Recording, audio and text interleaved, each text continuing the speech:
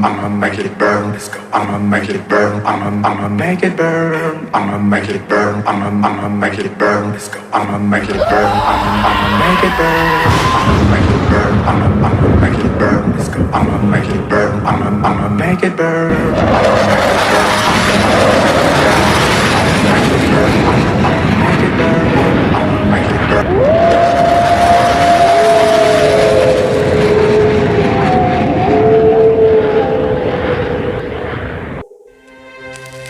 Il y a des thèmes et des univers que je me suis attaché, ou d'autres que j'ai complètement oubliés. Que ce soit la guerre des mondes, Piano de sang, Pearl Harbor, l'incendie de Notre-Dame. Mais ce n'est pas de ça qu'on va parler aujourd'hui. Aujourd'hui, avec cette série, je vais vous montrer, on va vous parler tous les deux avec une autre personne que je vais vous présenter et la fondation SCP. Eh bien bonjour tout le monde, c'est Hugo Surnaturel et aujourd'hui nous sommes sur une toute nouvelle vidéo. Aujourd'hui en ce moment je suis à un endroit que je vous dirai pas le nom, mais je suis aussi avec une autre personne qui est pas très loin de chez moi, enfin qui est pas très loin de moi en fait. Je vais vous la présenter tout de suite. Et je vous présente à tous Mamatika. Bonjour, bonsoir, cher ami. Ici Mamatika de la Fondation SCP. Et oui, je suis bien avec Mamatika. Je vous mettrai sa chaîne en description, bien sûr. Qu'il a que 3 abonnés pour le moment, donc allez le soutenir sur YouTube et allez le soutenir en vous abonnant également et en activant la cloche de notification pour ne pas louper toutes ses vidéos. Et en mettant un petit pouce bleu sur toutes ces vidéos, ça lui ferait extrêmement plaisir, je pense. Bien sûr, toujours. Voilà. Et également sur la mienne, n'hésitez pas à vous abonner, d'activer la cloche des notifications et surtout de mettre un énorme pouce bleu. Ça ferait extrêmement plaisir. Et pour moi, ça me donnera du courage pour continuer cette chaîne encore une fois. Parce que ça me fait beaucoup plaisir de la continuer et je suis désolé de ne pas être souvent là parce que j'avais la production de mon adaptation de la guerre des mondes que j'avais fait et que ça a dû arrêter temporairement cette chaîne. Mais voilà, je suis désolé d'avoir plus fait de vidéos. Maintenant, ça y est, il est temps de se relancer à nouveau et avec des nouveaux concepts et des concepts spectaculaires. Donc, c'est parti, entrons dans la fondation SCP.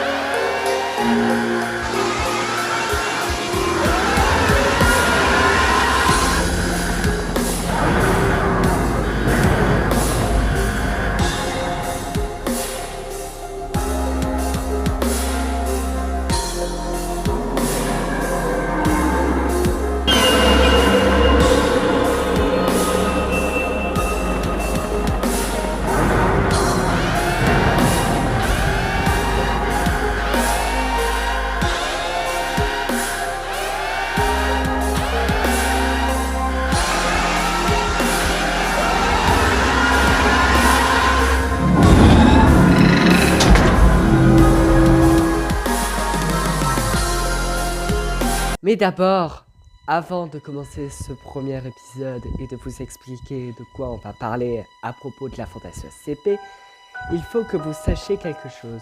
Et je laisse l'honneur à Mamatika pour vous en parler. Je fais partie du Conseil 5, enfin, l'un des membres d'un chiffre. Mais cela doit rester confidentiel. Ok, d'accord. Bon les gars, je suis désolé. C'est confidentiel pour ça. Je suis désolé. Donc, ce premier épisode, j'ai parlé avec Mamatika pour faire le topo de ce premier épisode. Pour ce premier épisode, on va d'abord parler du personnel de la fondation, leurs objectifs, les classes des SCP et de un SCP en particulier. C'est mon préféré, il m'a marqué toute ma vie et mon histoire et il fait partie, au sens large du terme, dans mon RP. Je laisse l'honneur à Mamatika de vous parler, pour vous dire, en gros, les objectifs de la fondation SCP. Merci, vous êtes fort aimable. Nous sommes une organisation secrète à laquelle le gouvernement du monde entier nous a confié la tâche d'étudier tout individu, entité, lieu ou objet phénomène contraire aux lois naturelles. Nous les appelons plus communément SCP. Sans mesure de confinement de ces objets, lieux, créatures, pourrait causer des dommages à l'échelle variable et mettant en péril la notion de normalité que vous connaissez. Mais l'existence des SCP est donc cachée bien sûr à l'humanité. Toute personne connaissant les SCP sans notre autorisation se retrouve, oubliée ou éliminée. Quoi ? Bien sûr. Ou vous risquez de faire partie des personnes indésirables que nous utilisons. Petite question. Oui. C'est quoi le plus haut niveau de catastrophe ?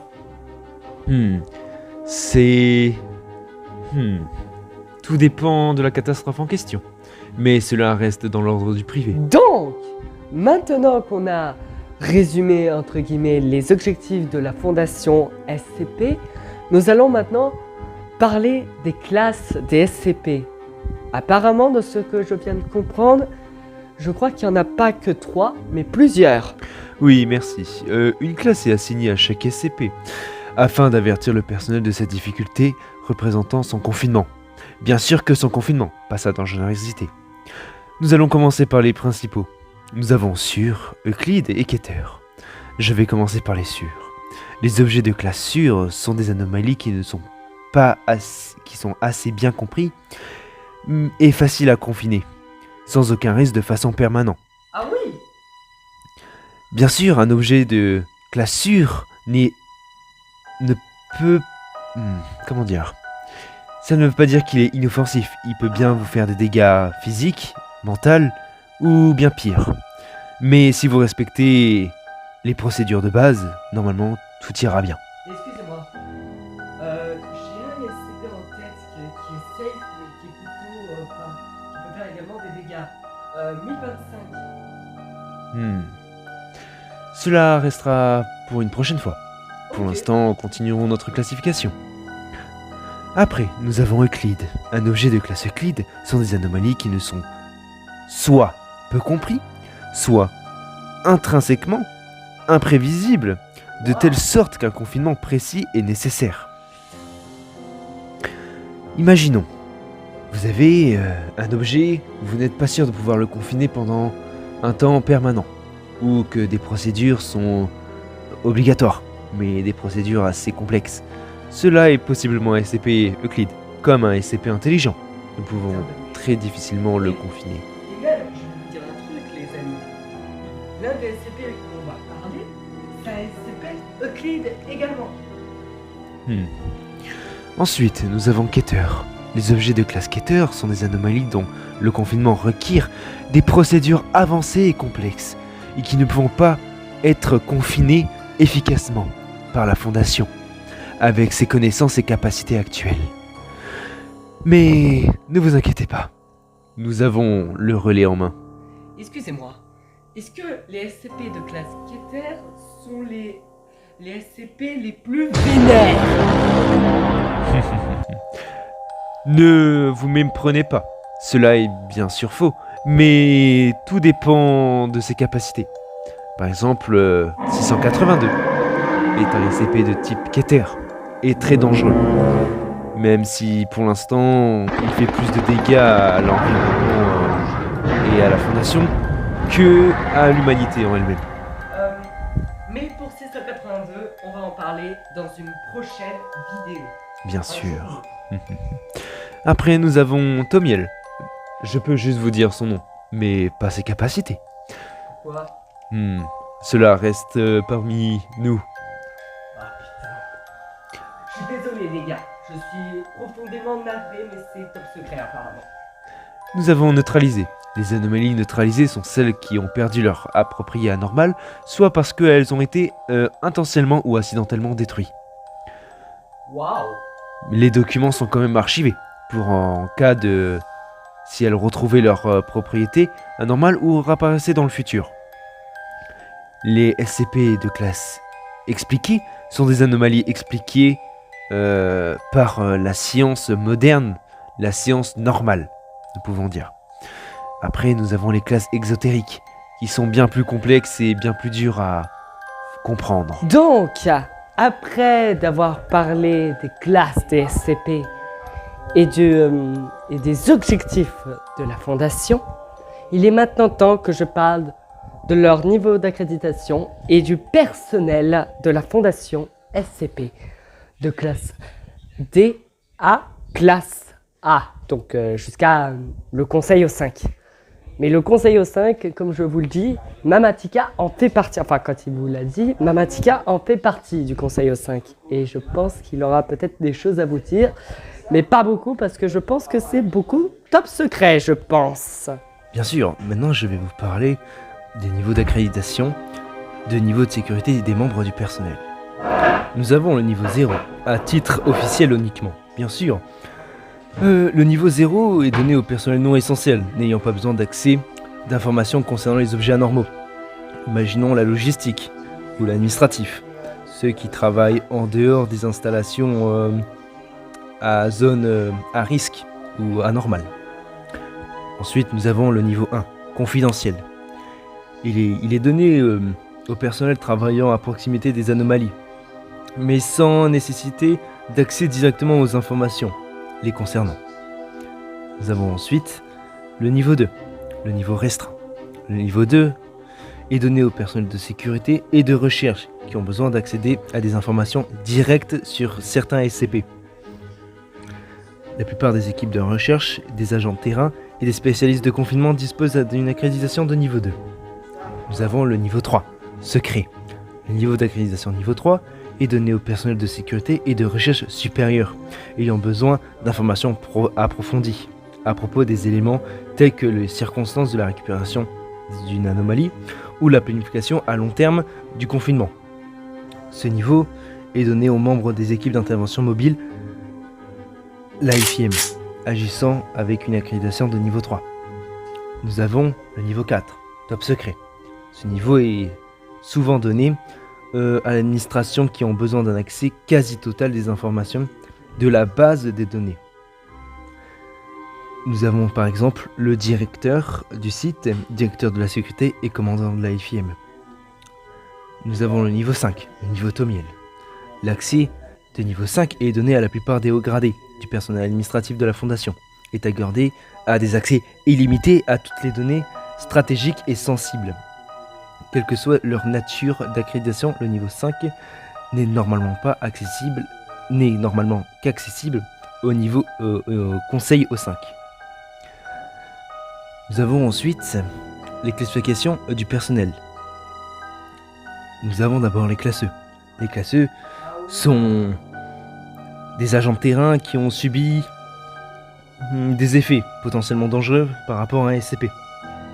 Ils sont placés en isolement ou sous surveillance pour voir les effets ou attendre la disparition de ce dernier. Bon, le personnel de classe D, attribué au personnel renouvelable, utilisé pour manipuler des anomalies dangereuses et n'est pas autorisé à entrer en contact direct avec le personnel de classe A et B, qu'on va bien sûr voir plus tard. Ils sont généralement recrutés dans le monde entier parmi les rangs des prisonniers condamnés pour des crimes graves ou violents. Dans des circonstances extrêmes, le protocole 12 peut être engagé, autorisant un élargissement des ressources de recrutement, permettant de recruter parmi les prisonniers politiques, la population de réfugiés et diverses autres ressources civiles, comme les indésirables. Le personnel de classe D doit subir un examen psychologique régulier et se voient administrer des amnésiques de classe B minimum ou être éliminés à la fin du mois. À la discrétion du personnel de sécurité ou médical en cas de catastrophe à l'échelle du site. Le personnel de classe D doit être éliminé sans préavis s'il n'est pas utile au personnel de sécurité.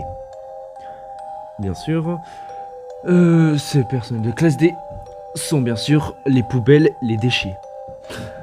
Les classes C. Les classes C sont attribuées à la majorité du personnel standard, disposant d'un accès direct à la plupart des anomalies, qui ne sont pas sujets excessivement sensibles ou dangereux. Le personnel de classe C, qui est mis en contact avec des objets dotés de potentielles propriétés mémétiques ou danger info, doit être placé en quarantaine et soumis à une évaluation psychologique. On les passe en classe E. Si celle-ci est estimée nécessaire pour le personnel de sécurité. En cas d'urgence, le personnel de classe C, qui ne font pas partie du personnel de sécurité, doivent être barricadés dans une zone prévue à cet effet. Après, nous avons le personnel de classe B. Le personnel de classe B est attribué aux membres du personnel jugé essentiel aux opérations de la Fondation, à l'échelle locale, et qui ne sont pas autorisés à accéder à des objets anormaux qu'après une période de quarantaine et une neutralisation de tout effet potentiel. En cas d'urgence, le personnel de classe C doit être immédiatement évacué dans un endroit sécurisé prévu à cet effet. Le personnel de classe A. Le personnel de classe A est attribué aux membres du personnel jugés vitaux aux opérations de la Fondation à l'échelle mondiale et qui ne doivent soumis en aucune circonstance s'approcher des anomalies. Et petite question, votre conseil fait partie de quel personnel? Bien sûr, de classe A. Le conseil au 5 et sont automatiquement considérés comme du personnel de classe A. Putain!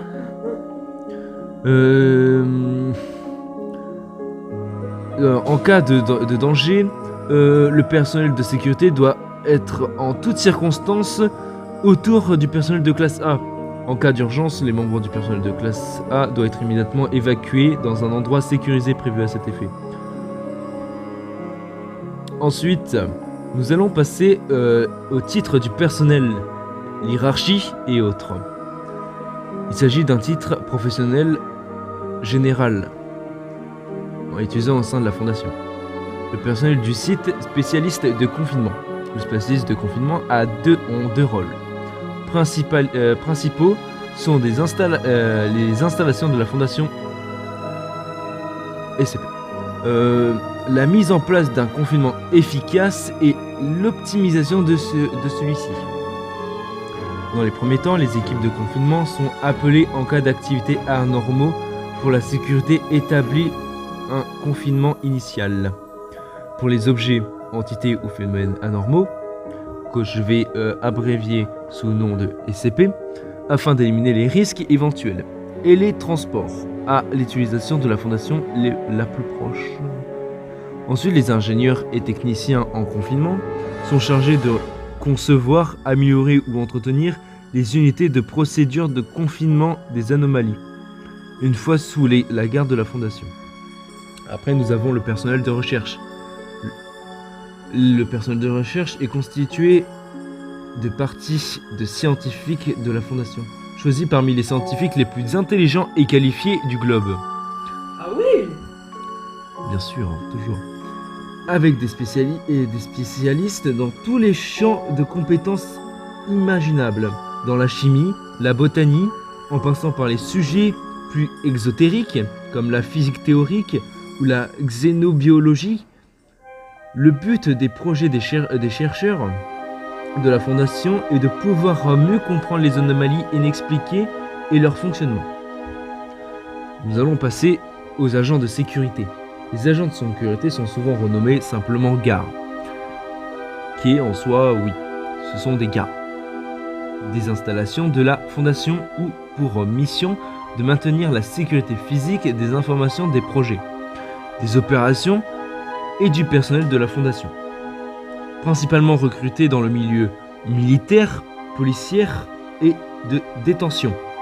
Bien sûr, nous pouvons recruter des prisonniers qui ont des capacités militaires plutôt efficaces et qui signent un contrat, bien sûr. Les agents de sécurité sont entraînés dans la manière de tout type d'armement, dans le maniement de tout type d'armement conventionnel, ainsi qu'à une grande variété de procédures d'urgence couvrant la plupart des incidents pouvant mener à des brèches de confinement, comme par exemple des actions hostiles contre la Fondation, les chaos. Ce personnel est également responsable de la sécurité des informations, en s'assurant que les documents sensibles ne soient pas placés à des endroits inappropriés et que les ordinateurs des installations soient protégés contre toute intrusion extérieure. Et comme quoi inapproprié Imaginons un frigo. Ah d'accord. Putain, frigo. C'est-à-dire que c'est déjà arrivé. Contre toute intrusion extérieure. Ils sont de plus souvent en première ligne de défense contre les forces extérieures hostiles aux installations de la Fondation.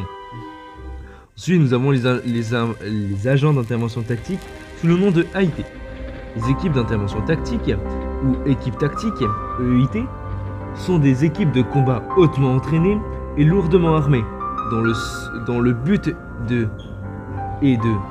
d'escorter les équipes de confinement quand des entités anormaux dangereux ou des groupes d'intérêt hostiles, chaos, sont impliqués et de défendre les installations de la Fondation contre les actions hostiles.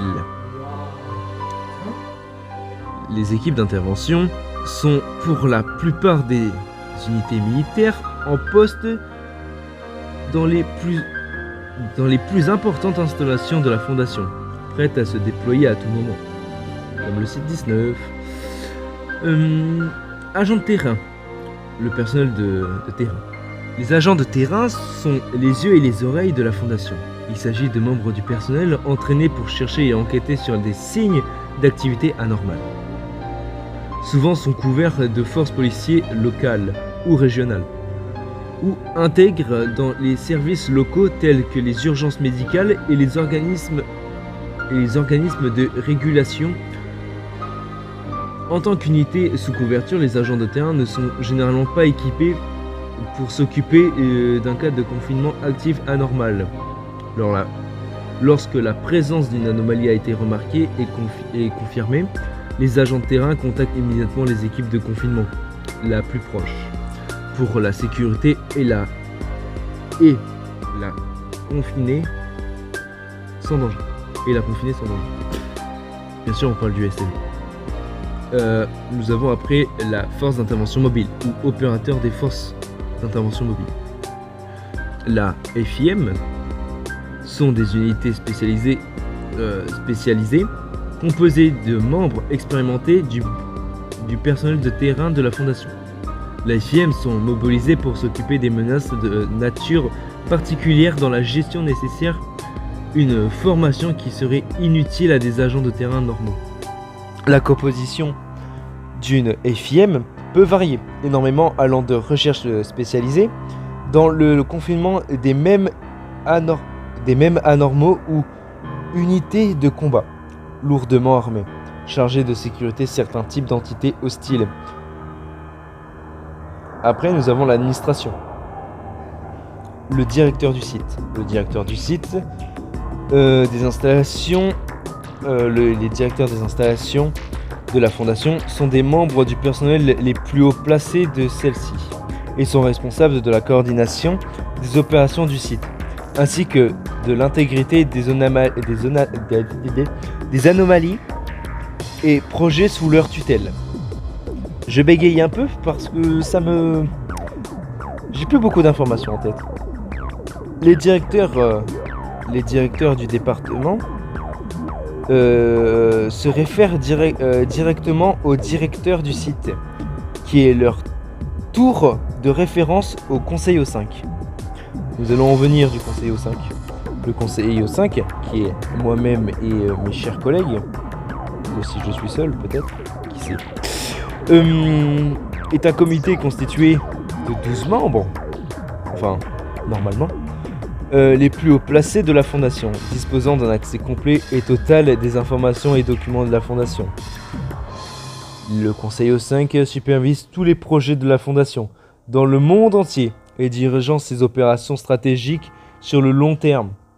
Au vu de l'importance cruciale de leur poste, le nôtre c'est-à-dire, les membres du Conseil ne doivent aucun cas entrer en contact direct avec quelques anomalies que ce soit. De plus, l'identité de tous les membres du Conseil 5 est classifiée. Chaque membre est identique et identifié uniquement par sa désignation numérique. Bien sûr, pour des raisons de sécurité, je ne vous donnerai pas le mien. Cela est tout pour cette classification des niveaux de sécurité et d'accréditation. Par contre, il faudra que je vous dise un truc. C'est quand même surprenant que, si je puis dire, le Conseil 5 sont un peu les patrons de cette organisation. Vous êtes un peu les patrons de cette organisation, en fait. En soi, oui. Nous pouvons le voir comme ça. Vous êtes un peu les patrons, quoi. Vous êtes un peu les chefs de cette organisation. C'est même vous que vous et toute votre équipe du Conseil 5, l'avez créé, cette organisation. Si vous y croyez, tant mieux pour vous. Et elle date de quand cette organisation d'ailleurs? Je ne sais pas exactement, mais depuis bien longtemps depuis que vous existez, même plus, beaucoup plus. En disant que la première anomalie que j'en ai entendu parler, parmi les anomalies qui m'ont fait peur étant très jeune quand j'ai lu les rapports de la Fondation, bon, datait quand même de base de la Première Guerre mondiale, quand même le bordel. Hein. Et pourtant, moi je ne suis là depuis... Devrais-je vous le dire? Je ne pense pas. Ce n'est pas très grave. Ce n'est pas important. Ce n'est pas le sujet. Maintenant, ça y est, il est temps. Vous en avez attendu le SCP en lui-même. Et je vais vous parler seul à seul. Vous dire c'est quel SCP que je vais vous parler. Ça y est, il est temps pour vous de vous dévoiler ce SCP. Depuis que je suis content que vous êtes restés pendant toute la vidéo. Oh, si c'est le cas, mettez le pouce bleu et continuez à regarder parce que maintenant, ça y est, le SCP est enfin là, sera en face de vous et vous serez prêts. Si un jour il se déconfine, vous serez prêts à y survivre face à lui. Je vous dis à tout de suite. Donc ça y est, enfin, ça y est, il est beau, il est joli, il est épique, il est badant, il est glauque. Le SCP en lui-même. Et je vous présente à tous, avec Mamatika, le SCP-173, mon SCP préféré. Il m'a marqué mon enfance quand j'ai connu l'univers de la Fondation. Et dans mon RP, c'était un ami à moi. Dans mon RP, c'était plus que ça. C'était un ami / frère d'armes dans mon RP. Oui, 173, c'est le premier SCP qu'on va parler de toute la série. Le premier SCP que vous n'allez pas oublier, c'est l'un des plus emblématiques de l'univers et c'est l'un des plus emblématiques de l'organisation. Tout le monde dans l'organisation le connaît et tout le monde sait sa dangerosité. Je vous laisse Mamatika de vous parler de ce SCP. Autrement, épique, badant, flippant, mignon à la fois, si je puis dire, à tremblement parler, avec cette petite tête à la fois mignonne et à la fois glauque.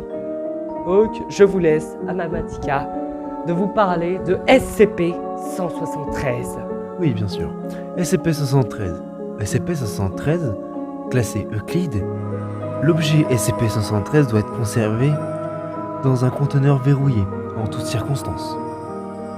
Lorsque des membres du personnel doivent entrer dans la chambre de confinement de 173, ils doivent impérativement être un minimum de 3 personnels. Et la porte doit immédiatement reverrouiller derrière eux.